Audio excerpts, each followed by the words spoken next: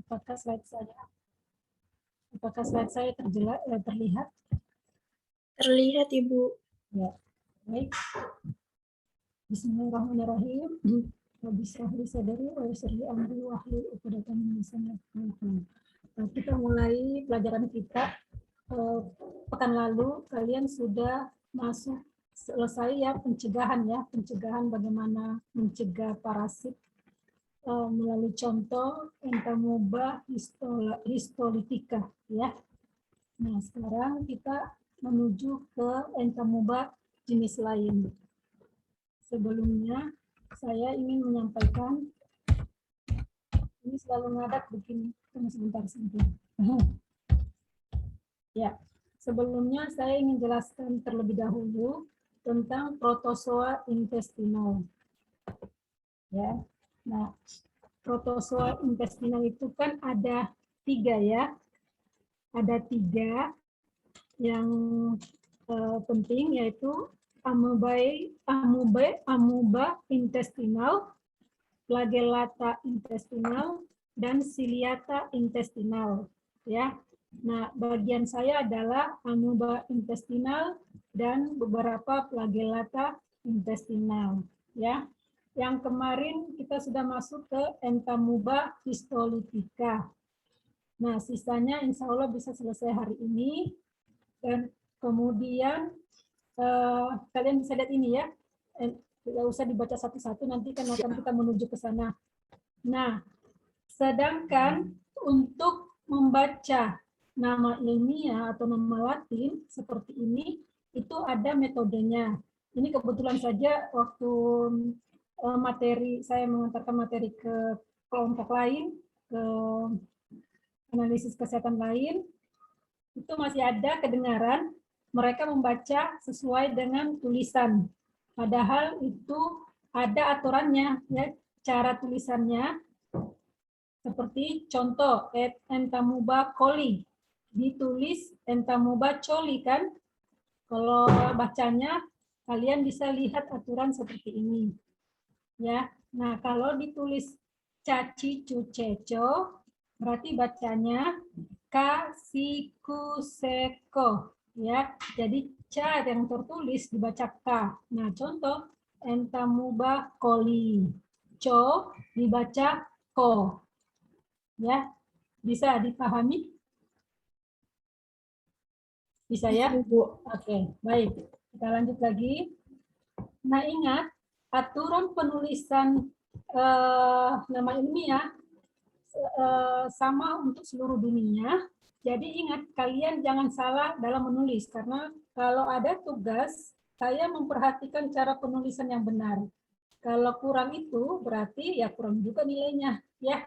Nah, caranya adalah setiap nama ilmiah selalu bertulis 2 suku kata, dua kata, yaitu contoh entamoeba histolytica ini terdiri 2 kata kan, kata genus, yang ini genus yang pertama entamoeba, dan spesiesnya adalah histolytica. Nah, penulisannya harus dimiringkan, diitalikkan, atau digarisbawahi terpisah. Entamoeba digarisbawahi, histolytica digarisbawahi. Ya. Kemudian untuk huruf pertama dari kata genus harus ditulis kapital, huruf besar. Huruf besar, tetapi semua selanjutnya terakhir sampai huruf terakhir itu ditulis huruf kecil.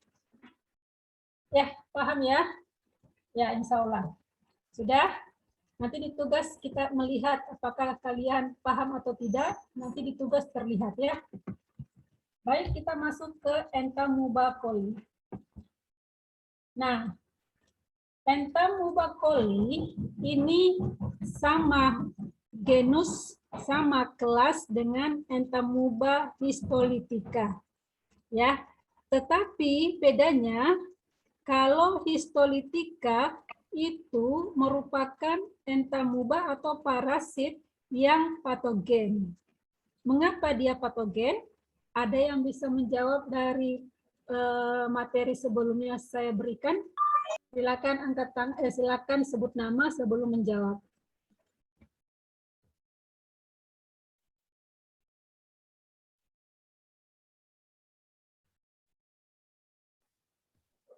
Baik, Assalamualaikum Ibu. Ya, waalaikumsalam warahmatullahi wabarakatuh. Mas Felix ya.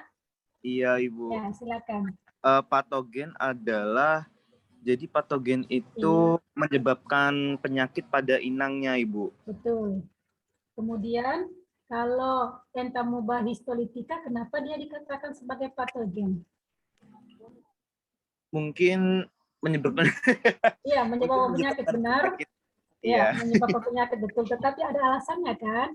Apa alasannya kira-kira? Kalau di situ kurang paham sih Ibu, maaf Oh, ya. kelas A. Oke, oke. Siap. Kalau begitu, ada yang masih ingat pelajaran kemarin pekan lalu? Sangat jelas Ya, ya, silakan Mbak Nisa. Ya, Iya, saya Nisa Ziana Pilas. Tahu saya kalau Entamoeba histolytica itu disebut patogen karena dia menyerang sel darah merah gitu, Ibu. Iya, karena dia bersifat apa namanya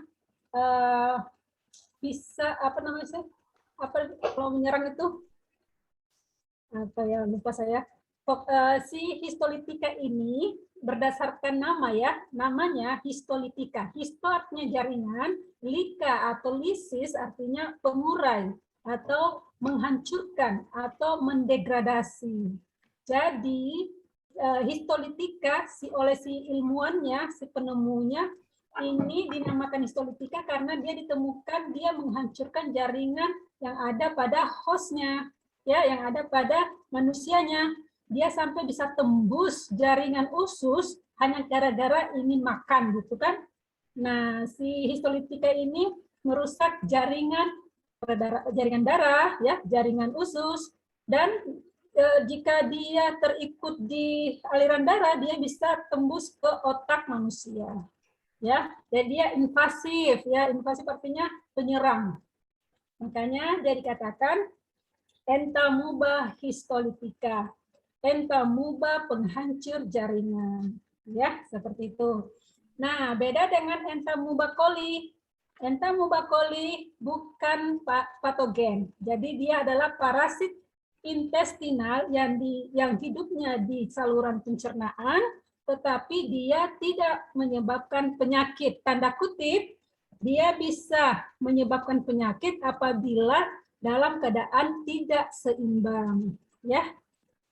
Dia ada istilahnya pada saat dia tidak seimbang di dalam usus maka akan menyebabkan host sakit, ya, seperti itu. Tapi untuk sementara ini dia aman-aman saja sehingga dikatakan non patogenik.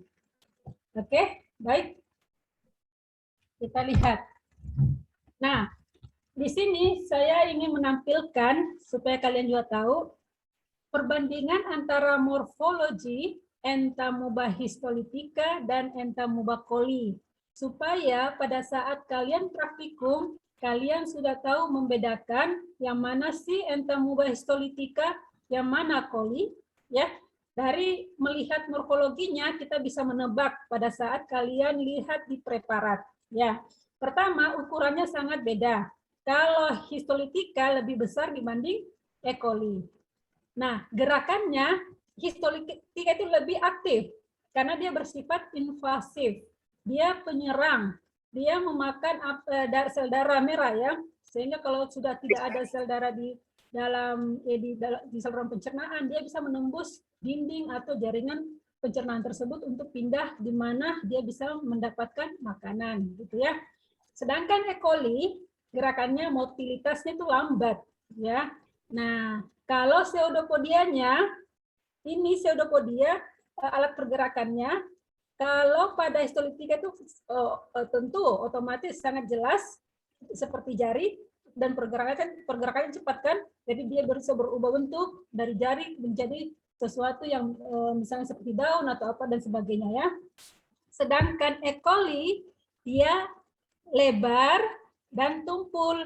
Karena tumpulnya, makanya gerakannya lambat.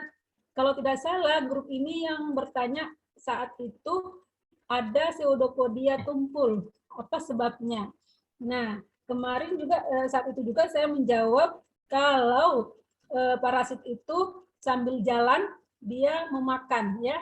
Apa saja yang dilewatinya dimasukkannya ke dalam tubuhnya dan hasil ekskresinya dikeluarkan, tetapi ada yang bertumpuk sehingga menyebabkan gerakannya itu jadi lambat, tumpul ya. Jadinya pseudoektoplasmanya itu terlihat atau terdiri dari kumpulan-kumpulan hasil ekskresinya gitu ya. Nah, selain itu intinya, kita lihat intinya ya. Intinya itu kalau histolitika sama dengan E. coli 1, member intinya 1, kemudian kariosomnya yang beda. Ada yang konsentris, ada yang eksentris. Nah, saya mau tanya dulu, apa bedanya konsentris dan eksentris? Silakan, ada yang mau menjawab? Saya Nadia. Saya Ya, Ibu. Mbak Nadia, silakan. Ya, jadi kalau misalkan konsentris itu letaknya di tengah, kalau misalkan eksentris itu agak ke pinggir. Ya, betul ya. Jadi dari kata konsen itu di tengah, fokus di tengah. Eksentris itu eksen biasanya memang selalu berada di pinggir-pinggir ya. Seperti itu ya, benar Mbak Nadia. Terima kasih. Nah, kemudian perbedaan yang lain adalah inklusinya ya. Kalau histolitika nampak ada eritrosit. Nah, biasanya memang yang bersifat patogen itu ada eritrosit di dalam tubuhnya ya. Sedangkan E. coli tidak mempunyai eritrosit. Ya, seperti itu. Kita melangkah ke bentuk, melihat bentuknya seperti ini. Sebelah kiri ini adalah miliknya histolitika. Sebelah kanan ini adalah E. coli. Nah, maaf, saya tidak saya meralat ucapan saya tidak ingin mengatakan E. coli, saya ingin mengatakan Entamoeba-coli. Mengapa? Karena ada Escherichia coli. Itu sangat beda dengan Entamoeba-coli. Escherichia coli sudah umum disingkat jadi E. coli. Jadi kita menggunakan kata Entamoeba-coli ya. Jangan sampai nanti bertukaran dengan Escherichia coli. Nah, ini perbedaan morfologinya. Dari morfologinya saja sudah beda. Ya, lihat konsentris apa yang dikatakan Mbak Nadia. Ini dia berada di tengah, pas di tengah. Kemudian kita lihat kariosom dari si coli, dia berada agak ke pinggir. Seperti ini. Ya. Kemudian lihat pula kromatoidnya. Kalau kalian ujian praktikum, biasanya itu ada 2 preparat yang hampir sama, tetapi kalian cari perbedaan dari 2 spesies. Kalau si histolitika, kromatoid badinya, badan kromatoidnya berbentuk lonjong, panjang, dan seperti ini. Sedangkan kalau Entamoeba-coli berbentuk benang-benang halus. Ya, oke. Nah, sekarang bagaimana perbandingan cheese-nya? Ya, cheese itu kita lihat morfologinya dulu, bulat sama, jumlah inti histolitika itu 1-2, sedangkan Entamoeba-coli 1, kemudian vakuola glikogennya itu masing-masing ada, ya. Nah, sedangkan untuk ini cheese muda ya, cheese muda. Kalau cheese yang matang, itu bentuknya masih bulat, masing-masing 2 spesies ini bulat. Nah, jumlah intinya yang berbeda. Kalau pada histolitika, jumlah intinya itu 4, ya. Sedangkan Entamoeba-coli itu menjadi 8. Ya, tadinya 1, dia membelah menjadi 8. Nah, yang paling menonjol perbedaannya yaitu tadi kariosomnya. Kariosom yang pada histolitika berada konsentrik. Sedangkan Entamoeba-coli-nya dia eksentrik. Tadi sudah melihat gambar ya, letak dari kariosom. Ya, baik. Nah, ini saya tampilkan, kalian bisa melihat gambar seperti ini.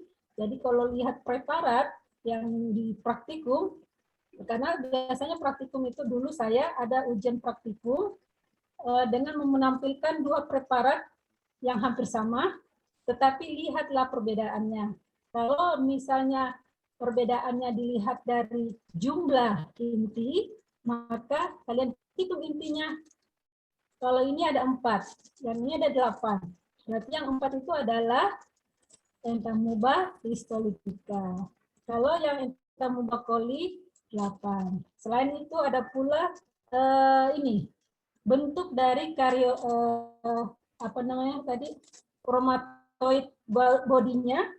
Lihat dia agak lonjong, kalau ini agak lonjong maksud saya tabung ya yang memanjang agak panjang, kalau ini agak seperti benang halus. Tetapi ini karena perbesarannya besar, jadi sepertinya gambarnya agak lebih besar. Ya. Nah, untuk melihat tahap trofozoid dari trofozoid menjadi cis pada entamuba coli, kita lihat pada gambar ini, ya. Pada saat lingkungannya tidak memungkinkan untuk hidup, untuk bertahan, maksudnya untuk bisa tetap dalam bentuk trofozoid atau dalam keadaan dia berada di luar host, dia mengubah dirinya menjadi cis. Ya, yang tadinya berinti 1, dia kemudian membelah, kemudian membentuk chromatoid body menjadi seperti ini, kemudian dia membungkus. Ya, nah, sampai terjadi inti dengan jumlah 8 inti di dalam cisnya. Ini yang disebut dengan cis matang atau dewasa. Nah, sekarang kita menuju ke entamuba hartmanni. Ini juga salah satu parasit intestinal yang non-patogenik. Non-patogenik sama dengan entamuba coli. Ya. Nah, kita lihat ini. Entamuba hartmanni. Cisnya berukuran 6 sampai 8 mikron. Ya, juga mempunyai 4 inti sama dengan histolitika. Kemudian yang juga mempunyai chromatoid bodies yang hampir sama dengan histolitika, ya. Trofozoidnya 8 sampai 10 mikron. Oke. Nah, mempunyai karyosom yang kecil. Oke, kemudian kromatinnya berada di pinggir. Tidak seperti histolitika. Histolitika tadi konsentris, ya. Ya. Nah, selanjutnya Idamuba butzli. Nah, Idamuba butzli ini juga sama dengan spesies yang lain, mempunyai dua stadium, trofozoid dan cis. Ya. Nah, stadium trofozoidnya, kalau yang tadi teman-temannya ya, kurang lebih sama ya, tapi ini agak besar, ukurannya agak besar. Dia sampai 20 mikron. Nah, yang membedakan adalah ektoplasmanya. Dia itu lebih sedikit. Nah, karena sedikit, sehingga pseudopodianya kurang berfungsi. Ya. Sehingga kalau pseudopodia itu salah satu alat pergerakan ya dari parasit itu. Nah, kalau kurang berfungsi, berarti otomatis pergerakannya atau motilitasnya itu agak tidak aktif. Kurang aktif. Ya. Nah, endoplasmanya dia mempunyai sitoplasma granular. Artinya kasar. Di dalam sitoplasma itu agak kasar dengan vakuola berisi partikel makanan. Ada bakteri juga ya di dalam si parasit ini, ada juga bakteri ya. Kemudian ada kristal, terus ada oleh beberapa ilmuwan mengatakan ada beberapa sel-sel hewan di dalamnya. Nah, ini oleh pencipta kita, ini ada maksud tertentu. Ya. Nah, itu kita perlu cari ini. Apa sebabnya di parasit ada bakteri, kemudian ada sel-sel tumbuhan. Ada sel-sel tumbuhan di dalam. Ya. Nah, karena dia tidak, karena si spesies ini bersifat non-patogenik, maka dia tidak memakan sel darah merah. Tidak seperti pada histolitika, dia memiliki eritrosit dan dia memakan juga sel darah merah. Nah, intinya bulat, kemudian agak khas ya. Mengapa dikatakan khas? Karena terdapat benang-benang yang halus antara kariosoma dan inti. Nah, itu khasnya, khas dari si Idamuba butzli ini. Ya. Oke, ada pertanyaan sampai sini? Sebelum kita lanjut ke slide berikutnya. Ya, silakan.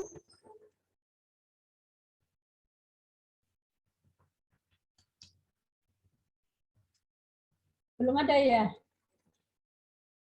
Mbak Wida? Mau bertanya atau gimana? Oke. Tidak, Ibu. Oh, tidak. Oh, tidak. Oke. Kalau begitu kita lanjut. Nah, kita lihat Idamuba butzli dari bentuk tropozoid. Nah, ini tadi ya, bahwa dia punya khas, ada benang-benang antara inti dan kariosomanya. Ya. Jadi ada benang-benang ini halus. Nah, pada waktu prekisnya dia sudah mengerucut sedikit bentuknya, kemudian pada waktu menjadi cheese dia seperti ini, ya. Lihat memanjang si kariosom, kemudian intinya berada di pinggir. Nah, sekarang kita menuju ke Dientamuba fragilis. Nah, Dientamuba fragilis ini beda dengan spesies yang lain. Mengapa demikian? Karena pada Dientamuba dia tidak mempunyai tahap atau stadium cheese atau kista ya, dia tidak punya cheese. Dia hanya mempunyai tahap aktif yang disebut dengan tropozoid. Oke. Nah, tahap tropozoidnya ini hampir rata-rata sama dengan spesies yang lain, ya, sekitar 6 sampai 18 mikron. Dan mempunyai ektoplasma yang jernih. Ya, nukleusnya tidak jelas. Dan pseudopodianya berbentuk segitiga atau segi 4. Nah, kalau di bawah mikroskop, pseudopodianya ini seperti daun. Nah, ini pula yang membedakan dengan spesies parasit lain. Spesies Rhizopoda lain. Jadi kalau kalian lihat di bawah mikroskop, perhatikan pseudopodia yang menjulur dari tubuhnya. Kalau dia berbentuk seperti daun, tentu dia adalah Dientamuba fragilis. Ya, seperti itu ya. Kemudian tropozoidnya ini pada awal-awal terbentuknya dia hanya berjumlah 1. Nah, kalau sudah dewasa membelah menjadi 2. Nah, endoplasma, ingat, plasma itu cairan, endo itu berada di dalam. Jadi cairan dalamnya berupa sitoplasma yang bergranular, kasar ya. Mengapa kasar? Karena di dalamnya ada vakola-vakola, ada beberapa zat yang di dalamnya juga, tetapi di vakola sendiri itu dia berisi hanya berupa partikel makanan dan bakteri. Nah, ada pula bakteri di sini. Kira-kira ada yang bisa menjawab enggak? Mengandai-andaikan saja ya. Mengandai-andaikan saja. Kenapa sih ada bakteri di dalam parasit? Ayo, ada yang bisa menjawab? Untuk membantu mengurai makanan bukan? Mbak Ika, sebentar saya tulis namanya, karena ini sebagai penilaian keaktifan ya. Ika Amelia. Ya, benar ya. Ya, silakan Mbak Ika. Untuk membantu menguraikan makanan dalam vakuola bukan, Ibu? Iya, bakteri. Bakteri sifatnya adalah ada yang bersifat degradasi, yang menguraikan sesuatu, ya. Kemudian selain itu, bakteri juga posisinya di dalam tubuh makhluk hidup itu sebagai apa? sebagai pengurai, apalagi? Ya, benar kata Mbak Ika, dia sebagai pengurai. Nah, pada saat dia menguraikan sesuatu, ya, adakah zat yang dihasilkannya? Ada zat yang dihasilkannya enggak? Ayo, siapa yang bisa menjawab?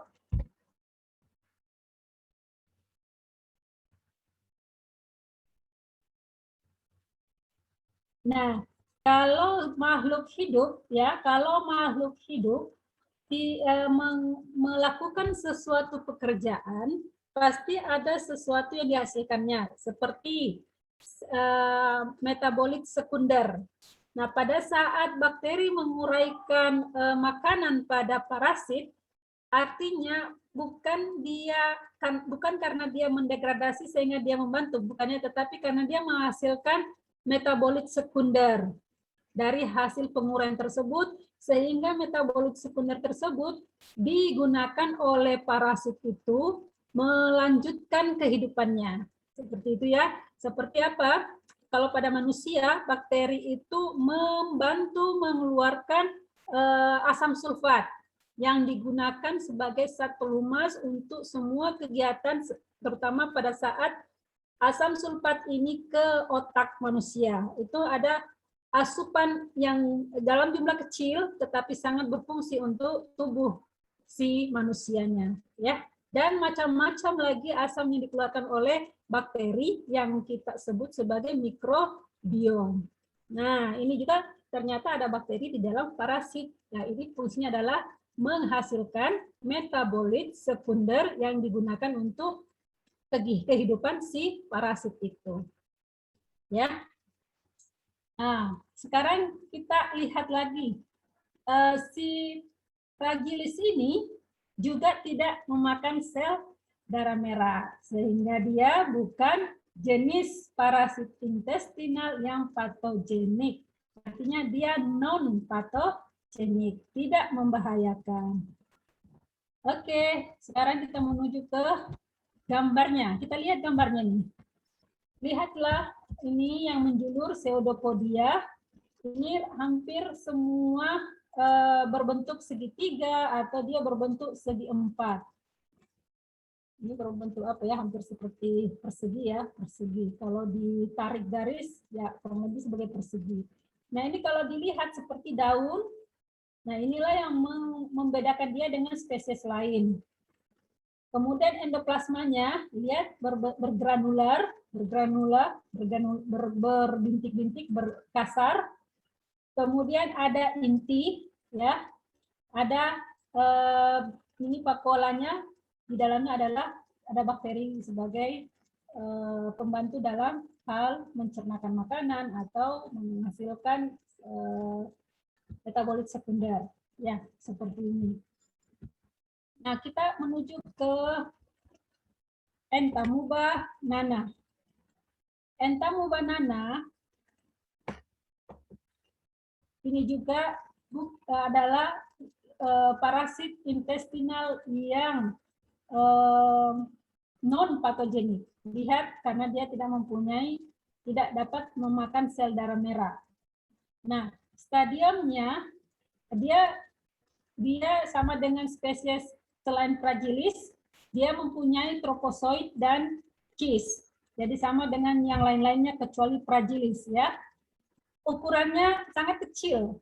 Kalau temannya tadi ya sekitar 6 sampai 20, 6 sampai 18, sedangkan dia cuma antara 8 sampai 9 mikron. Nah, ektoplasmanya sedikit dan kurang jelas. Ektoplasmanya itu sedikit bahkan kurang jelas, sehingga mengakibatkan pseudopodianya itu juga bentuknya tidak melonjong, tidak seperti histolitika. Jadi tumpul dan mengakibatkan motilitasnya kurang cepat atau kurang aktif atau lambat, ya. Nah, endoplasmanya juga mempunyai sitoplasma yang bergranular dengan vakuola-vakuola. Dengan vakuola ini berisi makanan, bakteri, kristal, dan sel-sel tumbuhan. Nah, ia adalah non-patogenik. karena tidak memakan sel darah merah. Intinya sangat jelas, intinya agak tidak jelas inti, tetapi karena ini gambar ya, gambar bukan sel maksudnya bukan sel yang dari mikroskop, bukan. Ini adalah gambar dari orang yang saya copy paste dari buku ya. Ini cuma kebetulan saja intinya diperjelas. Kemudian ada stadium precis. Precis itu artinya sebelum ini memiliki kromatoid body ya. Kemudian pada saat dia stadium cis, ini dindingnya yang tadinya beraturan seperti ini menjadi oval. Dan dindingnya agak tipis dibanding dengan dinding cis pada spesies yang lain. Ya, oke. Nah, sampai di sini mungkin sudah timbul pertanyaan, silakan. Ibu Ika izin bertanya. Ya, silakan Mbak Ika Amelia ya. Silakan. Kan seperti yang Ibu katakan tadi, fragilis tidak memiliki fase cis ya, Bu? Iya. Betul. Terus bagaimana caranya Melindungi fragilis dirinya. ini bertahan di luar tubuh inangnya, Ibu? Betul, ya. Jadi fragilis itu hampir setiap lingkungan yang tidak menguntungkan bagi dirinya, dia akan cepat mati. Mengapa? Karena dia tidak punya tameng, ya, tidak mempunyai benteng untuk berlindung. Ya, dia cepat mati, ya. Artinya kehidupannya itu pendek. Jadinya seperti itu. Ya. Baik, Ibu, terima Oke. kasih. Ya, sama-sama. Ada lagi? Nah, tetapi ingat dulu, saya batasi sebentar. Ingat walaupun dia tidak mempunyai benteng, dia punya trik tertentu untuk melindungi dirinya. Seperti pada hewan-hewan lain merubah warna seperti itu ya. Kalau dia ini, makanya si pseudopodianya berbentuk daun, dia bisa menghindar dari lingkungan atau mangsa atau apa ya, dengan mengutamakan memperlihatkan pseudopodianya. Dia bisa karena daunnya berbentuk agak lebar, agak apa namanya, dia bisa dari situ dia bisa melindungi dirinya. Tetapi itu sangat kecil kemungkinan kalau dalam hal lingkungan panas atau lingkungan yang agak ekstrim baginya, dia cepat mengalami kematian. Seperti itu. Ya, silakan. Siapa tadi yang bertanya? Saya Nisa Zihanafila izin Ya, Mbak bertanya. Nisa. Ya, silakan. Iya, tadi kan dijelasin bahwa parasit itu punya vakuola bakteri ya, Bu ya. Nah, Iya. bagaimana cara bakteri itu masuk ke si parasit, Ibu? Apakah parasitnya Ya. sudah dari sananya memiliki bakteri atau ada proses bagaimana si bakteri masuk ke parasit itu? Ya, pertanyaan yang sangat bagus ya. Ya, saya giring dulu ke saat kita masih bayi ya. Bayi itu pada waktu lahir, pada waktu di dalam perut ibunya, ya, dalam uterus, dia murni dari bakteri, namanya mikrobiom ya. Kalau bakteri kita namanya mikrobioma. Itu sangat tidak ada, zero mikrobiom dalam tubuhnya. Tetapi pada saat si bayi keluar dari alam uterus ke alam dunia, oleh ilmuwan menemukan di jaringan perut intestinal si bayi pada saat dia poop ya, saat dia mengeluarkan fesesnya, ya feses dalam bentuk apa? Misalnya dia masih memakan atau meminum susu ASI, ya jelas kalau dia mengeluarkan feses dalam bentuk cair seperti itu. Ternyata ada mikrobiom yang didapatkannya, ya. Ini sesuai dengan penelitian saya juga, karena saya meneliti ibu hamil yang tiba-tiba jadi DM dan kita periksa fesesnya si bayinya. Ternyata sudah ada beberapa mikrobiom yang terdapat di feses bayi. Nah, itu dari mana saja si mikrobiomnya? Ya, pertama adalah pada saat si mikrobiom si bayi ini lahir, menghirup udara, misalnya lewat vagina ya, lewat vagina, dia sudah mengabsorpsi bakteri dari ibunya, terutama jenis bakteri yang ada pada vagina ibunya. Vagina ya, vagina. Kemudian kalau dia disesar, dia juga mengabsorpsi mikrobiom pada bakteri yang kebanyakan adalah bakteri kulit perut ibunya. Itu sama. Nah, yang ketiga, dari susu atau ASI, bakteri baik, Lactobacillus, itu sudah terabsorpsi ke bayi. Jadi ada 5 macam mikrobioma yang terdapat pada si bayi ini. Nah, bagaimana dengan parasit? Parasit kenapa bisa ada bakteri di dalam? Lihat cara pergerakan si bakteri, si parasitnya. Parasitnya bergerak dengan pseudopodia. Ingat materi kemarin, pseudopodia dia jalan, dia mengambil barang-barang atau apapun yang terlewati oleh tubuhnya kan. Nah, disitulah terabsorpsi bakteri yang ada di lingkungan. Bakteri kan kecil daripada tubuh si parasit, sehingga sangat mudah masuk ke dalam tubuh parasit. Ya, Mbak Nana, Mbak Nisa. Baik Ibu, terima kasih atas Ya. jawabannya. Ya, sama-sama. Ada lagi sebelum kita menuju ke slide berikutnya? Saya Ibu izin Nah, bertanya. oh ya, silakan yang terakhir ya, Mbak Susi. Ya, silakan. Izin bertanya, kan ada beberapa parasit yang patogen kan ya Bu, otomatis Ya, dia betul. merusak tubuh. Nah, apakah selain merusak dia mempunyai fungsi atau tidak Bu? Untuk tubuh. Kalau patogen otomatis ya dia merusak. Ya, otomatis dia akan merusak. Apakah ada fungsi lainnya? Nah, seperti ini ya. Setiap makhluk hidup pasti dia mempunyai fungsi dan mempunyai ya hampir semua patogen ya fungsinya dia merugikan, tetapi ada fungsi di balik merugikannya. Kalau yang merugikan itu kita buat dia menjadi suatu, kita hidupkan dia di suatu media, kemudian kita ambil metabolit sekunder yang dihasilkan dari parasit tersebut, kemudian kita cobakan misalnya sebagai penyembuh penyakit yang dia sebabkan seperti diare ya. Nah, diare ini bisakah sembuh dari metabolit sekunder yang kita isolasi dari parasit tersebut?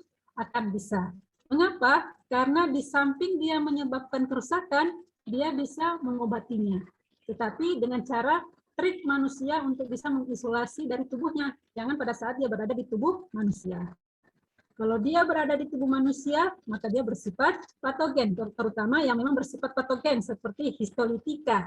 Namanya saja histolitika, dia kalau ketemu dengan jaringan, dia rusakin jaringan itu. Nah, bagaimana kita kan punya akal ya, kita akali dia, kita tumbuhkan dia di media yang berisi jaringan misalnya jaringan hewan, kita tumbuhkan dia, berkembang biak, kemudian kita ekstrak dia, jadi kita dapatkan metabolit sekunder dari dia.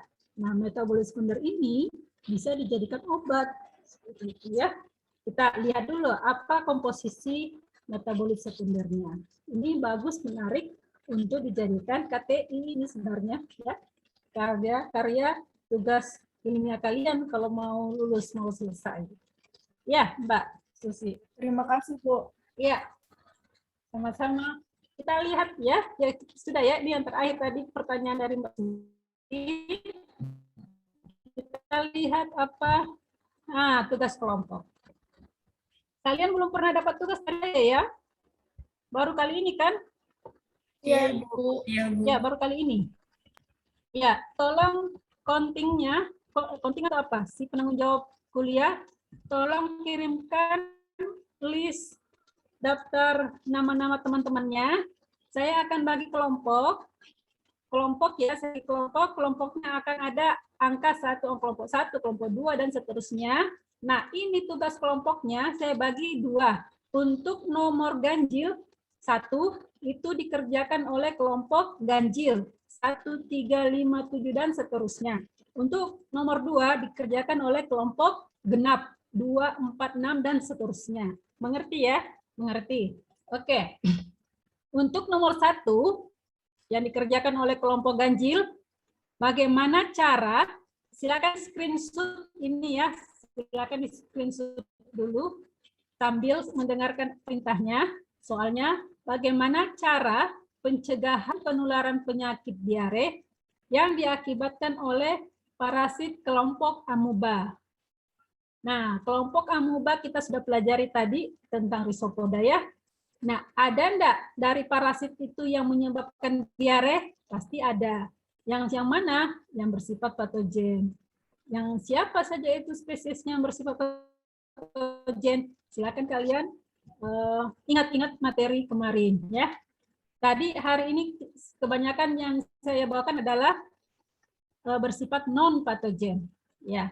Oke. Kemudian setelah dapat parasit kelompok amuba itu yang menyebabkan diare, maka kaitkanlah patologis diare dengan mekanisme perkembangan stadium amuba dalam usus penderita.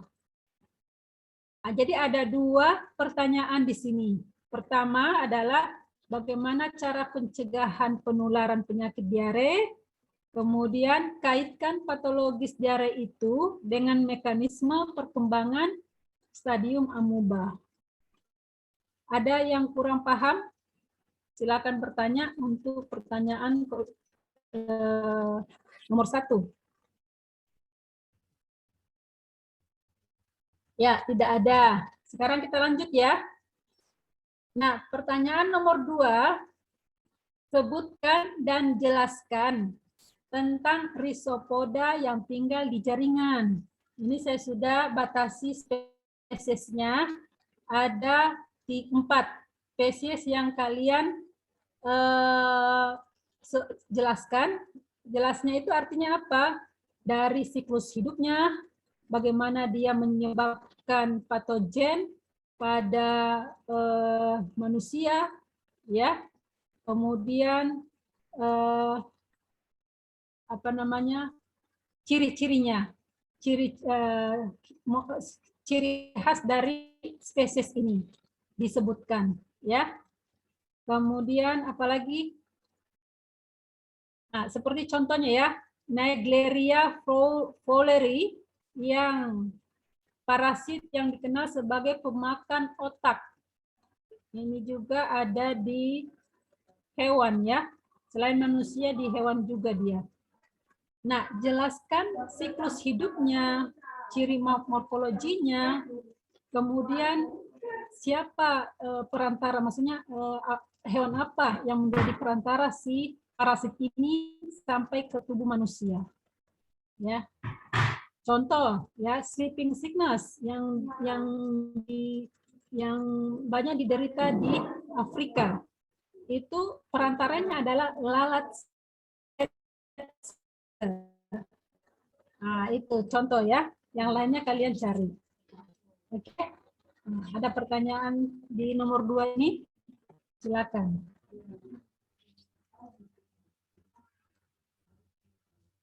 Nah, kalau tidak ada pertanyaan, saya lanjutkan ya.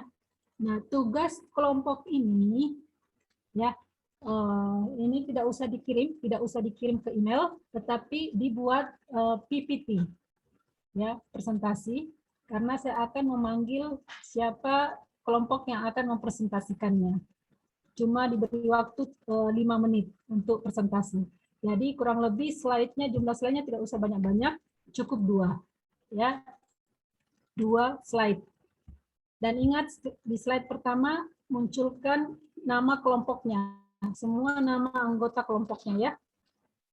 Ya. Ini tidak usah diperhatikan, ini informasi yang paling bawah tidak usah karena ini tidak dikirim ke email, tetapi kalian presentasikan. Oke, sampai sini ada yang mau bertanya?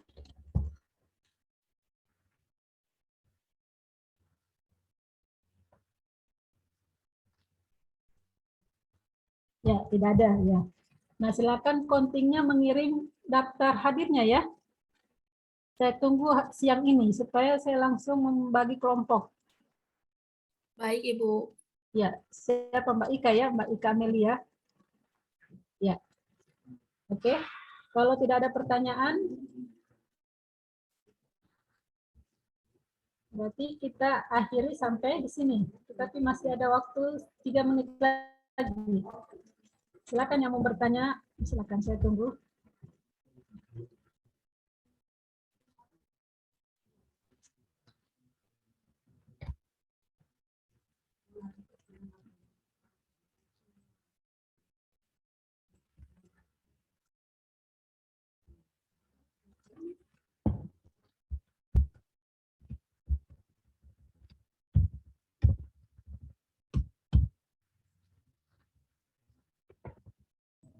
Ibu, saya izin bertanya. Ya, silakan Mbak Nisa.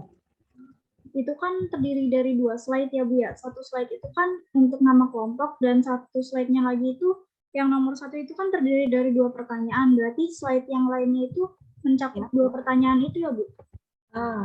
Jadi, ya, masing-masing pertanyaan ini dari 2 slide, ya. Kemudian usahakan ada tambahan slide baru. Yang pertama, paling pertama itu tidak terhitung dalam slide jawaban kan.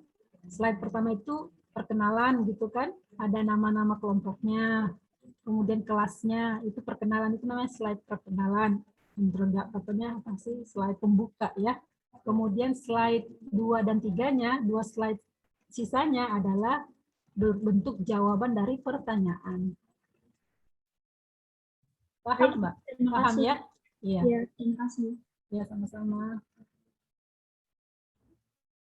Selalu ingat ya, dalam menjawab dan menulis nama ilmiah selalu mengikuti aturan ya. Jangan sampai hanya gara-gara itu nilai kalian kurang ya. Ingat selalu aturan. Jangan sampai dilupa ya. Seperti senior-seniornya juga ya, mereka kadang lupa sehingga ya nilainya juga kurang karena sudah diberitahu. Ya. Sudah, waktunya sudah habis ya. Jam 8.10 saya tidak korupsikan. Nah, kalau sudah selesai, tidak ada lagi pertanyaan, saya akhiri. Wabillahi taufik wal hidayah. Wassalamualaikum warahmatullahi wabarakatuh. Waalaikumsalam warahmatullahi wabarakatuh. Terima kasih. Ya, sama-sama semua ya. Sehat selalu. Saya izin stop share, kemudian saya izin live.